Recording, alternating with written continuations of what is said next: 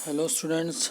अभी तक हम लोग डिज़ाइन कर चुके हैं cylinder head, cylinder, connecting road और क्रैंक। अभी हम लोग जा रहे हैं क्रैंक को डिज़ाइन करने की। क्रैंक को हम किस तरह डिज़ाइन कर सकते हैं।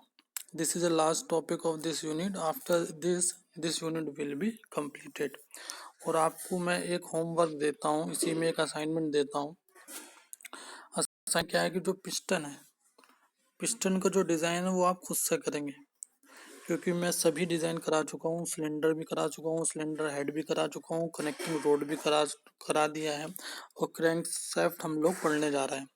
तो आई होप कि जो पिस्टन है वो बहुत इजी है, आप लोग खुद से कर लेंगे। ज़्यादातर जो क्वेश्चन आते हैं वो कनेक्टिंग रोड से और क्रैंक शाफ्ट से ही आते हैं, पिस्टन से थोड़ा कम आते हैं। इसलिए ये आप असाइनमेंट में खुद से कर सकते हैं अगर करना चाहते हैं तो। चलिए देखते हैं क्रैंक शाफ्ट क्या होता है। जैसे कि हमें पता ही है कि क्रैंक शाफ्ट क्या होता है। क्रैंक शाफ्ट क्या होता है, तो ये एक इम्पोर्टेंट पार्ट होता है इस इंजन का, हमें पता है। इसका काम क्या होता है, इसका काम होता है आपका जो रेसिप्रोकेटिंग मोशन है पिस्टन की। जो पिस्टन है वो रेसिप्रोकेट करता है विद इन द सिलेंडर, हम लोग इस बात को जानते हैं। ठीक है, इस रेसिप्रोकेटिंग मोशन को अगर कन्वर्ट करना है तो वो करता है क्रैंक शाफ्ट।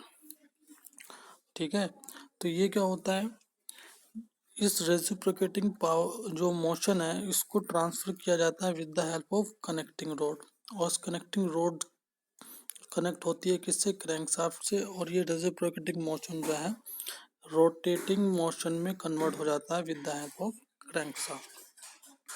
तो वही इसमें लिखा है into rotary motion through the connecting road. Next देखते हैं क्या है। क्रैंकशाफ्ट जो होती है उसके तीन पोर्शन होते हैं। एक होती है क्रैंक पिन, ये क्रैंक पिन होती है जो मिड में है, इसको हम क्रैंक वेब बोलते हैं। ठीक है, और जो जिस शाफ्ट के ऊपर ये तीनों चीजें माउंटेड है उसको हम कहते हैं क्रैंक शाफ्ट। तो ये क्रैंक शाफ्ट हो गई, ये कनेक्टिंग पिन हो गई और ये क्रैंक वेब हो गया। ठीक है, तो ये तीन पार्ट्स को हमको अच्छे से रिमेम्बर करना है। तो ये जो क्रैंक वेब के पास में जो है ये बियरिंग है, ये बियरिंग है क्योंकि बियरिंग में ही ये रोटेट होता है। बियरिंग का काम क्या होता है, किसी भी रोटेटिंग कंपोनेंट को सपोर्ट करना, तो इसलिए एक रोटेटिंग कंपोनेंट है। क्रैंकशाफ्ट क्या है, एक रोटेटिंग कंपोनेंट है, तो उसको सपोर्ट करने के लिए हमें बियरिंग की जरूरत चाहिए। तो कितनी बियरिंग है वो सब हम लोग देख लेते हैं। एक बियरिंग फर्स्ट है, ये बियरिंग सेकंड है और ये बियरिंग थर्ड है। तो हम जानते हैं जब कोई शाफ्ट किसी बियरिंग के बीच से रोटेट होती है, ये बियरिंग फर्स्ट हो गया, ये बियरिंग सेकंड हो गया और ये बियरिंग थर्ड हो गया। तो जो बियरिंग होते हैं वो सिंपल सपोर्टेड बीम की तरह एक्ट करते हैं, सिंपल सपोर्टेड बीम की तरह एक्ट करते हैं। सिंपल सपोर्टेड बीम क्या होता है ये आपने सॉम में पढ़ा होगा कि सिंपल सपोर्टेड बीम क्या होता है। ठीक है, चलिए देखते हैं, आगे बढ़ते हैं।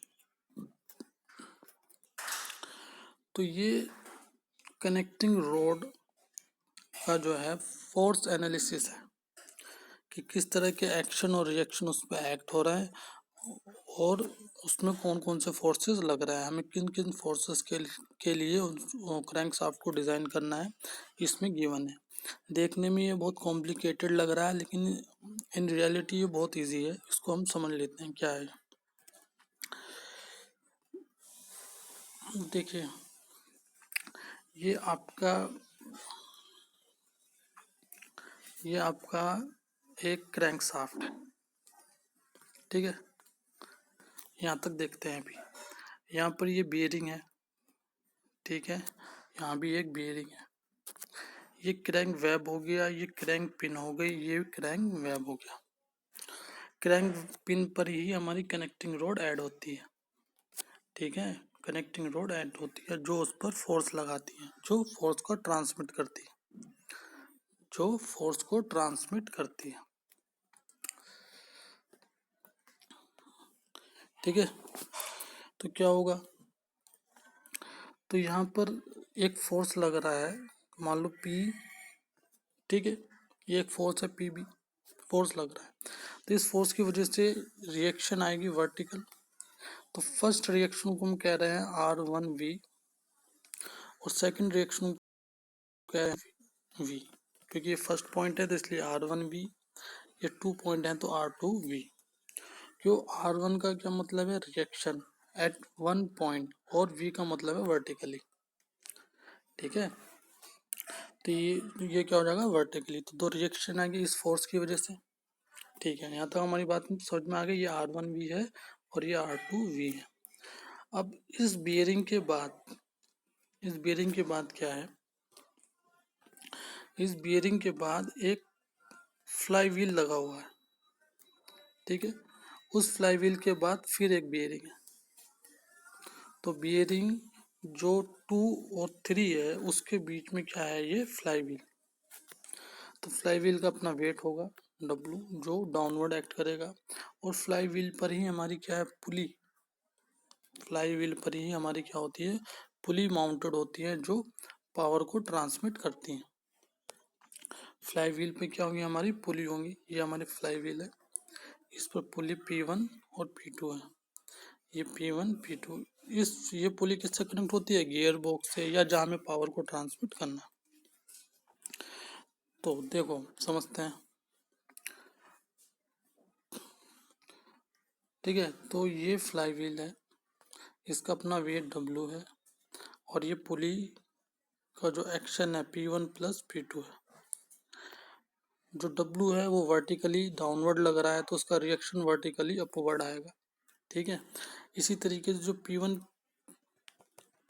और जो P1 प्लस P2 है वो क्या है? वो हॉरिजेंटल है, वो हॉरिजेंटल है P1 प्लस P2। ठीक है, तो ये हॉरिजेंटल है तो रिएक्शन में किस में आएगा? हॉरिजेंटल में आएगा और अपोजिट डायरेक्शन में आएगा, जैसे कि फिगर्स में दिखाया हुआ है। आप देख सकते हैं W नीचे एक्ट कर रहा है, और ये बेल्ट का जो टेंशन है P1 प्लस P2, ये कहाँ एक्ट कर रहा है? हॉरिजेंटली एक्ट कर रहा है। किस डायरेक्शन में कर रहा है? आउट ऑफ द प्लेन, ये आउट ऑफ द पेपर। ठीक है, पेपर से बाहर की ओर, ये तुम्हारा हमारी तरफ की ओर इसकी डायरेक्शन है। तो इन दोनों की वजह से रिएक्शन भी आएंगे, तो वो देख लेते हैं। तो R2V जो था वो तो आया था PV की वजह से। जो R2 डेक्स V है वो किसकी वजह से आया? W की वजह से। किसकी वजह से आया है? W की वजह से। ठीक है, तो अब बियरिंग 2 पे दो रिएक्शन आ गए हैं। एक तो R2V PV की वजह से, और एक R2V डेक्स वो आया है W की वजह से। ठीक है, इसी तरीके से R3V किसकी वजह से आया? W की वजह से आया, क्योंकि ये सिंपल सपोर्टेड है। ये फ्लाई व्हील है, इसका W हम नीचे एक्ट कर रहा है, तो रिएक्शन क्या आएगा? R2 डेक्स V, और यहाँ आएगा R3, क्योंकि 0.3 है तो R3 डेक्स V। ठीक है, इतनी बात समझ में आ गई।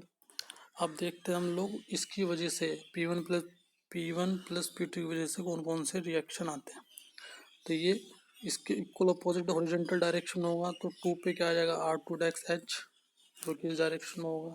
इसी तरीके से आ जाएगा ये R3 डेक्स H का मतलब होता है हॉरिजॉन्टल डायरेक्शन।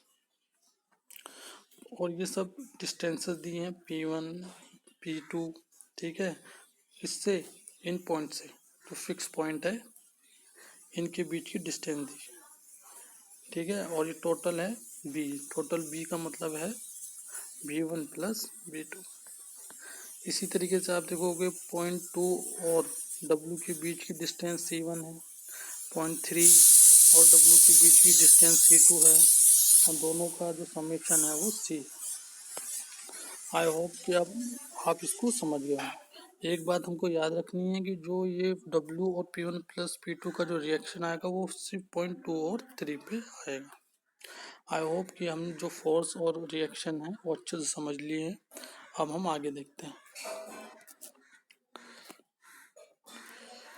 तो क्या क्या एजम्पशंस हैं, एजम्पशन देख लेते हैं। जो हम डिज़ाइन कर रहे हैं, हम ये मान के चल रहे हैं कि इंजन हमारा वर्टिकल है, क्रैंक जो है अभी टॉप डेड सेंटर पे है। मैं पहले ही बता चुका हूँ कि जो दो पोजीशन होती है, एक टॉप और एक बॉटम।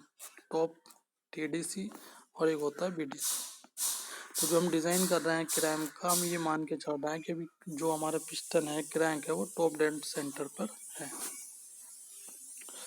ठीक है। बेल्ट ड्राइव क्या है? बेल्ट ड्राइव है आपकी हॉरिजॉन्टल। हॉरिजॉन्टल है जब भी वो हॉरिजॉन्टल फोर्स लगा रहे हैं और उसी के अकॉर्डिंग हॉरिजॉन्टल रिएक्शन आ रहा है। इसके बाद देखते हैं क्रैंक शाफ्ट क्या है? Simply supported on the beam. Simple supported beam की तरह वो बिहेव कर रहा है। ठीक है। जो पीबी, जो हमारी क्रैंक पर जो फोर्स लग रहा है, ये पीबी, ये क्या है?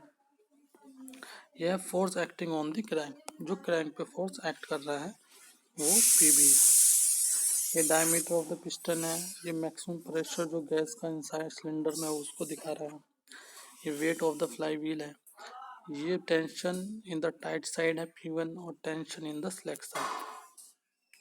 ठीक है। तो हम लोगों को क्या कैलकुलेट करना है? फोर्स। कितना फोर्स वो क्रैंक पे लगा रहा है। तो फोर्स कैलकुलेट करने का इजी फॉर्मूला होता है एरिया एंड प्रेशर। चलिए आगे बढ़ते हैं। Portion of the crank shaft between bearing 1 and 2। जो बेयरिंग हमारा ये पोर्शन है, ठीक है, ये आपका 1 है, ये आपका 2 है। तो यहाँ पर ही हमारा कौन सा फोर्स एक्ट कर रहा है? R1V। इसमें एक्ट कर रहा है R2V। ये फोर्स एक्ट कर रहा है PB। फोर्स एक्ट कर रहा है PB। ये डिस्टेंस कितनी है? B1। ये डिस्टेंस कितनी है? ये डिस्टेंस कितनी है? B2। ये डिस्टेंस कितनी है? B2। B2 मान लेते हैं, PB इधर। ठीक है। तो आपको कुछ भी नहीं करना है, इस पॉइंट के अकॉर्डिंग आपको मोमेंट ले लेना है। मोमेंट लेने के बाद अब R2 भी कैलकुलेट कर लेंगे। इस पॉइंट के अबाउट मोमेंट लेके R1 भी कैलकुलेट कर लोगे। तो ये इजी है, तो आप कर सकते हैं। कैसे करेंगे देखते हैं। तो P1B जैसे कि मैं बता चुका हूँ फिगर में भी, ये PB है और ये B1 है।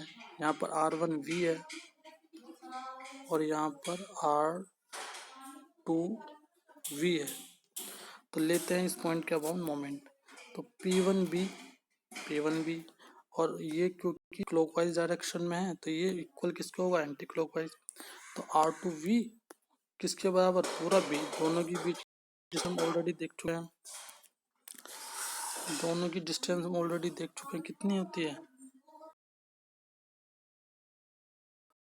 देखना हो समझ में आ जाएगा B।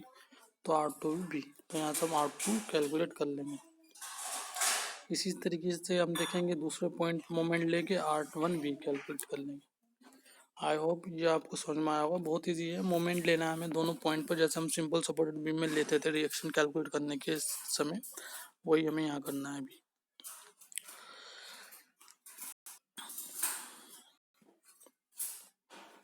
तो ये आप देखते हैं। अब हमने 1-2 के बीच की बात कर ली, अब 2 और 3 के बीच की बात कर लेते हैं। उसमें भी हम जो उसको सिंपल सपोर्टेड मानेंगे और उस हिसाब से उसमें रिएक्शन कैलकुलेट करेंगे। तो यहाँ पर दो फोर्सेस एक्स्ट्रा आ जाते हैं, एक तो W और P1 प्लस P2। तो हम मोमेंट ऑफ फोर्स लेते हैं। आप मोमेंट ऑफ फोर्स लोगे तो R3 डेक्स आप निकाल लोगे, R2 भी डेक्स आप निकाल लोगे। ठीक है। ये हॉरिजॉन्टल फोर्स है C1, C2 के हिसाब से आप इसको R3H निकाल लोगे और R2H आपका निकल जाएगा। ठीक है। तो सभी फोर्सेस आपको पता चल गए हैं, तो अब आप रिजल्टेंट कैलकुलेट कर सकते हैं।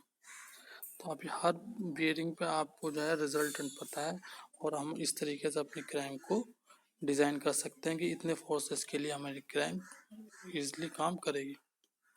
थोड़ा सा मुझे आपको मैं नेक्स्ट बता देता हूँ किस तरीके से हम ले रहे हैं इसमें मोमेंट। फर्स्ट वाला तो हम लोगों ने समझ लिया था पोर्शन, अभी 2 और सेकंड के बीच में समझते हैं।